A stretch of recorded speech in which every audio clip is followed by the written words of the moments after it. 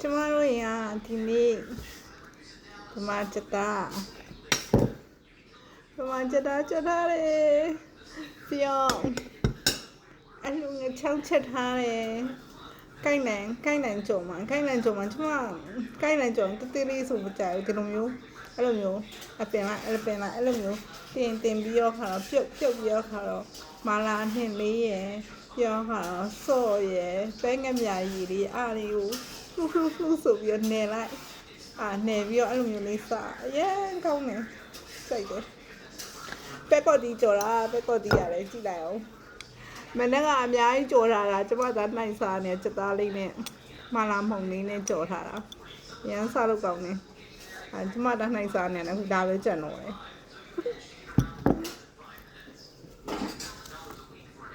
အိမ်နာမူနဲ့နိုင်ပါလေရှင်ခံနေရအပြင်းကြီးနေရပါရှင်ဘာမှမလုပ်ချင်ပါဘူးရှင်ဖုန်းလေးနေပြီးတော်လေးကြည်လိုက်တော်လေးစော်လိုက်ဂိမ်းလေးနှိမ်လိုက်နေကျမအဲ့လိုမျိုးပဲနေချင်တာဒါပေမဲ့လည်းမလုံးတော့လည်းမရအောင်လေတော့အိမ်တိုင်မှာမနဲ့မိုးလင်းလာလို့ရှင်တော့လောက်ရတာပဲအားလုံးခင်နေအားလုံးချစ်တယ်နော်ကျမဒီကောင်းနေရဂျပန်အကောင့်နေအကောင့်တင်လေး follower လည်းမပြည့်သေးဘူးလောက်တော့အားကျုံးမှလည်းတလားအတွင်း follower 1000ပြည့်အောင်လုပ်မယ်ပေါ့နော်အဲ့လိုမျိုးတွေအားကျုံးမှတဲ့အားတုံခွန်ဆိုင်ပြီးတော့ကျမစိတ်ဓာတ်တွေကြာသွားရအခုမလုံနိုင်တော့ဘူးဖြစ်မှလည်းမထင်တော့ဘူး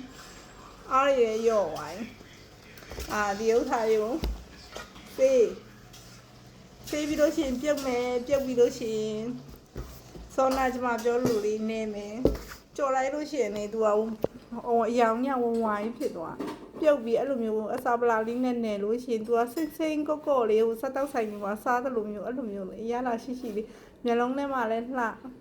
စားလို့လည်းကောင်းအလားပါလဲကြိုက်သေးတာရှစ်ဗစလေးနဲ့ထည့်ပြီးသွားလေးနဲ့ဝါမယ်ရေကိုလှပလေးရလဲစားချင်သေးတာနော်ဒါပဲနော်ကျမတင်လာအရင်များဖက်မြာဖြစ်သွားရင် sorry ပါကျမကိုချစ်တဲ့စိတ်လေးနဲ့ပဲကြည့်ပေးပါနော်ကျမလည်းအားလုံးကိုချစ်ပါတယ်ကျမကိုလည်းအားလုံးကချစ်ပေးပါရှင်